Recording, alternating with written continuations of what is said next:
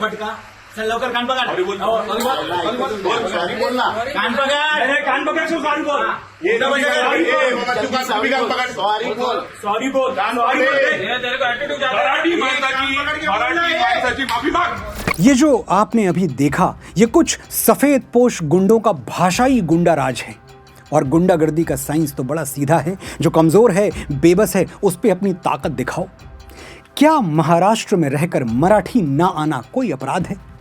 अगर है तो भारतीय न्याय संहिता की कौन सी धारा इस बेचारे कर्मचारी पर लागू होती है, मुझे बताया जाए.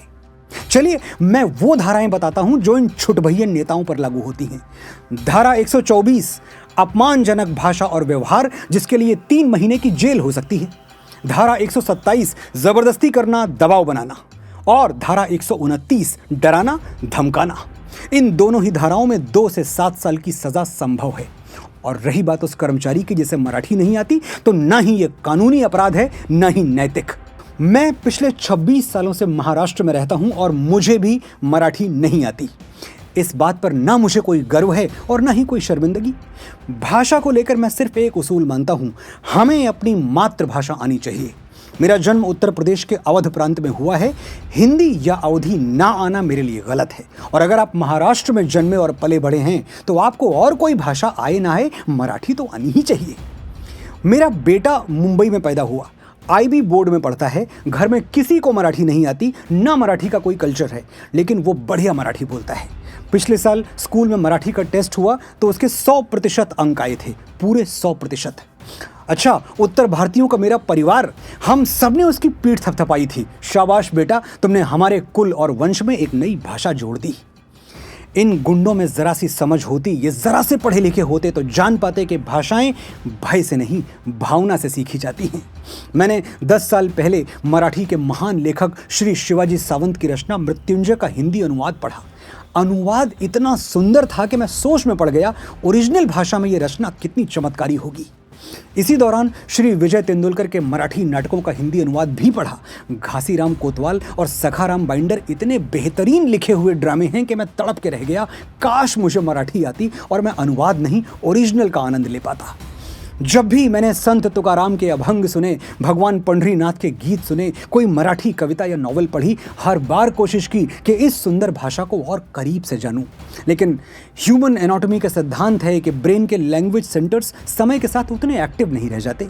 किसी बच्चे के लिए नई भाषा सीखना सरल है, लेकिन बड़ों के लिए ये एक चैलेंज है.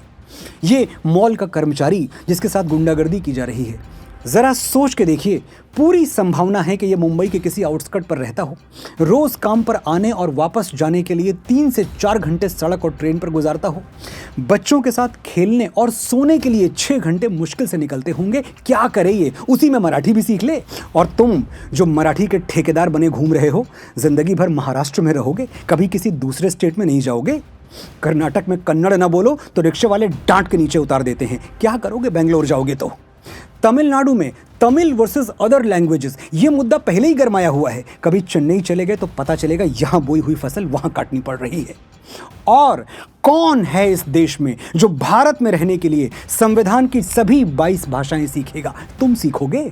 अरे सीख सकते तो पहले शराफत की भाषा सीख लेते. एक लाचार पे हाथ उठा रहे हो, उसे सॉरी बोलने के लिए मजबूर कर रहे हो. सॉरी ये मराठी का शब्द है. हमारे वीर छत्रपति शिवाजी महाराज ने जिस हिंदवी साम्राज्य का स्वप्न देखा था, क्या उसमें यह भी शामिल था कि मुंबई से मथुरा और पुणे से पटना तक मराठी बोली जाएगी? तो आज से भारत माता की जय बोलना भी छोड़ दो, हिंदी है. जनगण मन गाना भी छोड़ दो, वो भी हिंदी है. वंदे मातरम मत कहना, वो तो संस्कृत है.